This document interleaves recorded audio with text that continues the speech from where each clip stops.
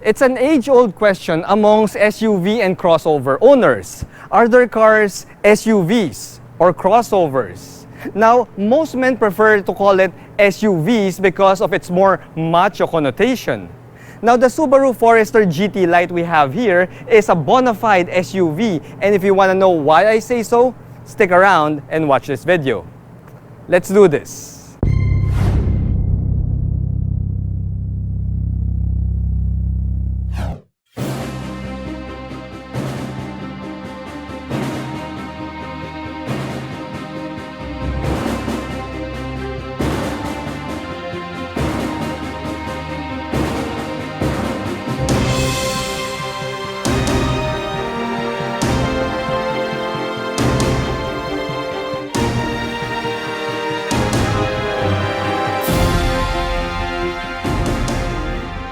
Hello guys, I'm Reagan and welcome back to another car review. If you're new to my channel, I hope you click that subscribe button and become part of the Reagan's Rides family. If you're my subscriber already, sit back, relax, and enjoy the show. Oh yeah, and click that like button. Also special thanks to Motor Image Pilipinas for lending us the Subaru Forester GT-Lite to do this review. Now there has been a lot of confusion on whether a vehicle is a crossover or an SUV. Now for me, a crossover is normally a front-wheel drive vehicle that's based on a sedan but has a higher ground clearance. Now this crossover would also be relatively light and easy to drive, similar to its sedan counterpart. Now SUVs on the other hand would have a rear-wheel drive or all-wheel drive configuration, has the same tall ground clearance, and can be taken out to a light trail or even do some light off-roading. Now, based on my criteria, the Forester GT-Lite we have here is squarely in SUV category despite being based off the Impreza platform. Now, this Subaru Forester GT-Lite has a retail price of 1,938,000 Philippine pesos, which might be confusing for some people because it has the same price as the base model I-L with Eyesight, but gents and ladies, well, the Forester GT-Lite is essentially a base model Forester I-L with Eyesight that comes with a GT body kit. The 5th generation Forester has grown a larger front grille, but it still shares the same look with the other Subarus. Now, it still has that squared, boxy silhouette that makes it easily identifiable as a Forester on the road. Now this Forester GT-Lite gets a fully adaptive LED headlight system here, LED DRLs, but the fog lights are only halogens. Not really a big issue there, guys. Now what separates this GT-Lite from the I-L with Eyesight Forester is the fact that we have this silver front lip here that's part of that GT body kit package. Now, that front lip would reduce the trailing and off-roading capability of this GT-Lite Forester, but since 90% of Foresters won't see the trail anyway, well, that sporty front lip kind of makes a little bit of sense. The side profile of the Subaru Forester shows off more of its boxy, wagon-like look. Now, I've always viewed Foresters as lifted station wagons, even if Subaru doesn't want us to think that anymore because the Forester is more of an actual SUV nowadays. However, that boxy, wagony look makes this Forester look more macho without being too intimidating. Now this GT-Lite is pretty well kitted out because we've got power folding side mirrors here with LED turn signals. We also have a set of functional blacked out roof rails and the side skirts that are found in the, well, that are part of that GT body kit package. Now when you open this door, you'll see that this Forester also has some of the heaviest doors that I've ever encountered in any of the compact SUVs that I've reviewed. Now these doors close with authority, and you could really feel that it's built like a tank. You see, the Forester is part of Subaru's global platform where they aim to further strengthen the body structure and provide more safety to the passengers inside. And by the weight and heft of this thing, yeah, I'm confident that it could take a direct hit and still not sustain major damage. Now, the Forester GT-Lite doesn't get the 18-inch alloys that can be found in the Forester GT. Rather, we still get 17-inch wheels here that are wrapped in 225/60 R17 tires. Behind those wheels, you get 4-wheel disc brakes, and for your suspension, we have a MacPherson setup in the front and a double wishbone rear suspension at the back. Now, the ground clearance is a good 220 millimeters, which is perfect for light trail work. Now, however, before you take this thing out on an off-road trail, do remember that since it has that GT body kit, well, your approach and departure angles might be adversely affected. The Forester GT-Lite gets the same unique C-shaped or crab claw-shaped LED taillights here, which is the same in design as the previous generation Forester, but these LED taillights are much bigger, guys. Now, the GT-Lite also gets this blacked out GT wing and the rear bumper extensions that are similar to the side skirts and the front lip. We also get a GT tailpipe finisher there for that added sporty touch. Now, when you pop open the liftgate, you'll see that the Forester has a power-operated liftgate, and once that's open, you get access to 509 liters of trunk capacity, which is good enough for one medium-sized luggage, a second one, and a third one right here. Now, I love the fact, guys, that the Forester comes with these easy touch buttons on the side, which easily tumbles down your back seats in case you need more cargo capacity than what 509 liters will allow. Now, here's one of the things that I love about Subarus. The hood is extremely light. All right. Now, this Forester GT-Lite may have all of those sporty kits, the body kit and all that stuff, but when it comes to performance, it is a little bit wanting. You see, we get the same engine here that's found in the smaller XV, which might be good news for the XV, but not so good news for the larger and heavier Forester. The Forester is 150 pounds heavier than the XV, so yes, performance was a little bit on the anemic side. Now, having said that, guys, what we get here is a 2-liter 4-cylinder boxer engine that puts out 154 horses and 196 Newton meters of torque. Now, power is sent to all 4 wheels via Subaru's Lineartronic CVT transmission. Now, I also expected to get a rather poor fuel economy figure with this thing because this has Subaru symmetrical all-wheel drive and it's powering all 4 wheels, plus that system is a little bit heavier. But I was surprised, guys, because in the couple of weeks I was driving this thing already, I did a fuel economy run in the city and I was able to get 9.5 kilometers per liter on the city and 14 kilometers per liter in the highway. Of course, I was in intelligent mode at that time and I was only doing a relaxed drive.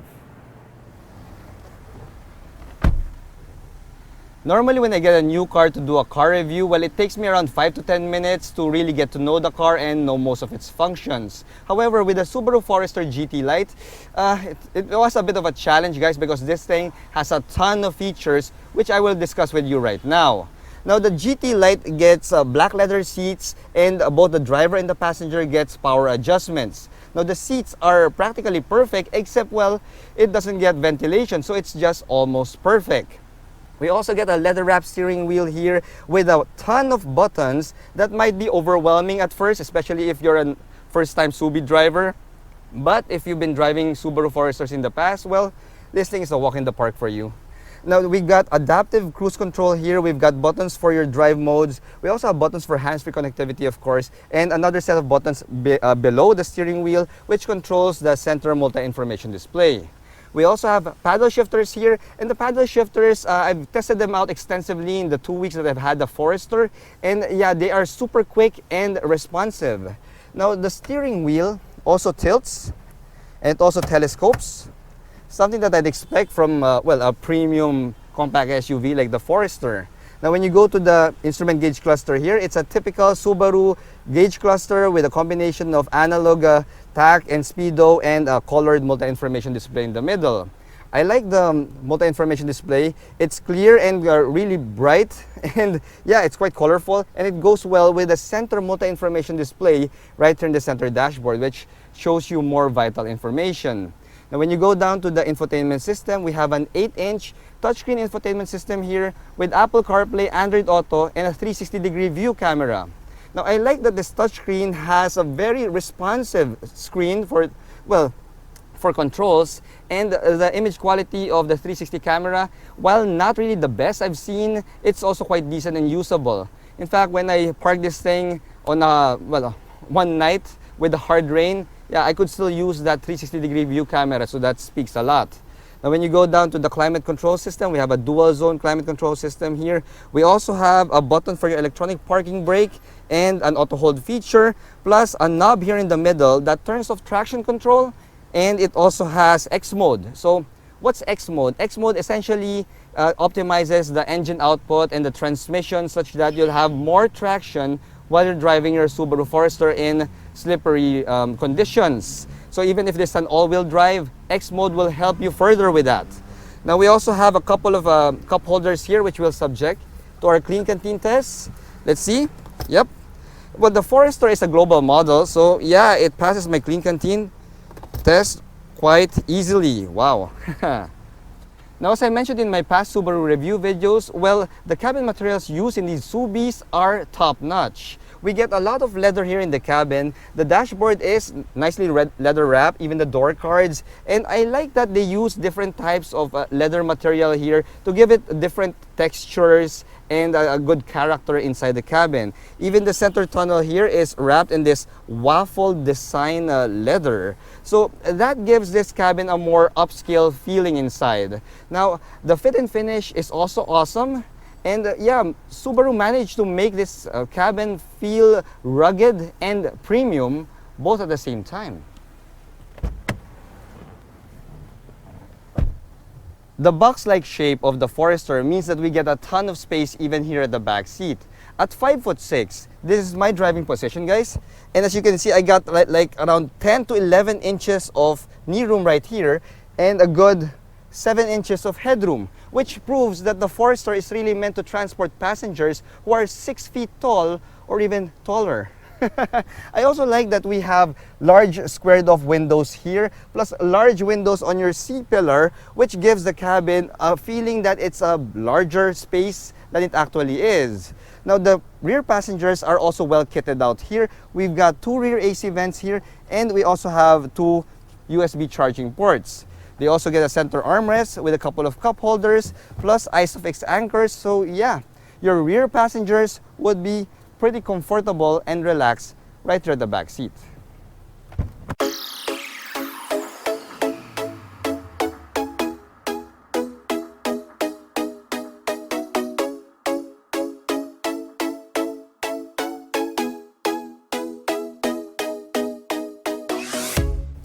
Alright guys, so we're now driving the Subaru Forester GT-Lite. And before we dive deep into the actual driving itself, let's talk more about that Eyesight safety system that this thing has. Yeah, essentially it's a second pair of eyes that's mounted right here on your windshield, and it helps monitor the road conditions in front of you and helps you, well, become a safer driver. It comes with adaptive cruise control, so you could just follow the car in front of you, and that is pretty nifty, guys. I've tried that, and yeah, it's a blessing, especially for tired drivers who just doesn't want to drive around in stop-and-go traffic. Now, it also has a pre-collision braking and throttle management, and that activated on me once, okay, once, but it doesn't mean that I was in danger of getting into an accident. It was just so, how do you put this? It was just so nervous. It's like I had a nervous Nessie sitting right beside me on the passenger seat, and it just activated the brakes, even if I was already on the brakes and I was about to stop.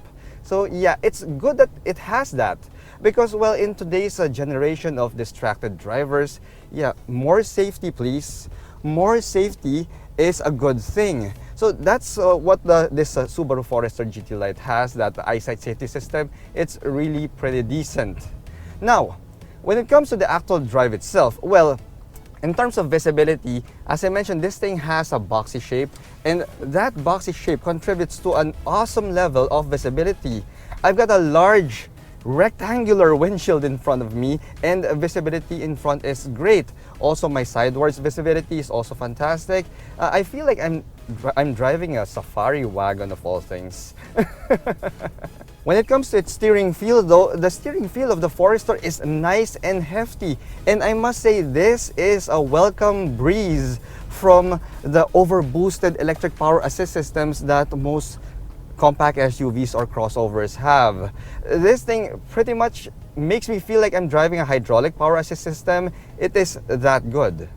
Now, when you move over to the acceleration part of the Forester, well, I probably have high expectations because I drove the Forester XT, the turbocharged Forester XT back then, and man, that thing is a monster. But well, this Forester GT-Lite, yeah, despite the body kit and all that stuff, yeah, it doesn't really accelerate too well. In fact, it feels a tad too heavy. It feels heavy, it feels sluggish, and that's in intelligent mode. When you go into sport mode, well, it lightens up a little bit. But that CVT, even if the CVT of this thing is one of the better CVTs out there, yeah, it still has that CVT lag. It still has that CVT drone, which, yeah, I'm not really fond of it, guys. So the acceleration really feels heavy, and I'm a little bit disappointed, in fact, when it comes to the acceleration of this thing. Or maybe maybe my expectations were just too high.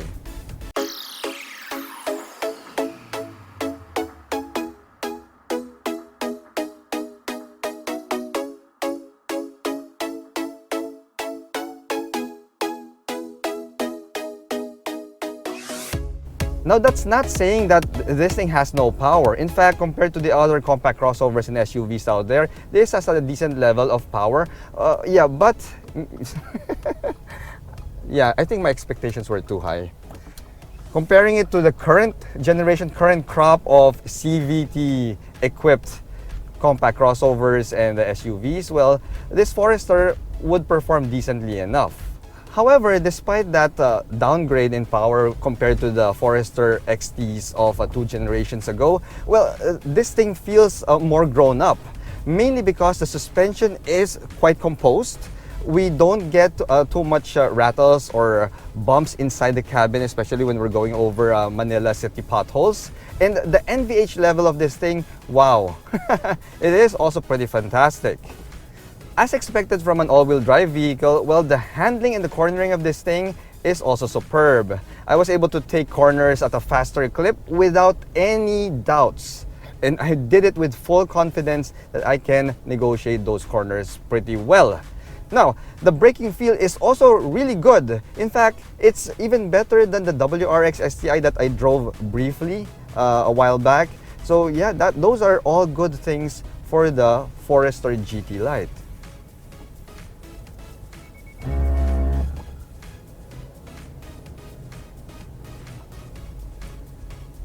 There you see, that was the pre-collision braking in action, guys. It would have a nice shaking sound and vibration, which might scare you, but that's just the ABS working. Overall, guys, the Subaru Forester GT-Lite feels like it's matured and grown up. It developed into a premium, sensible, and safe compact SUV that feels like a retired MMA fighter. I mean, it could still put up a fight, but its power and its performance, it's nowhere near the same level when it had that turbocharged boxer mill under its hood. While this Forester GT-Lite cannot provide the same rapid acceleration that you can expect from a turbo Forester of the past, it more than makes up for it by giving you one of the best safety kits found in its price segment. That Eyesight safety technology plus its all-wheel drive system and its large cabin makes it an ideal cruiser for the family who loves the outdoors. Thanks for watching.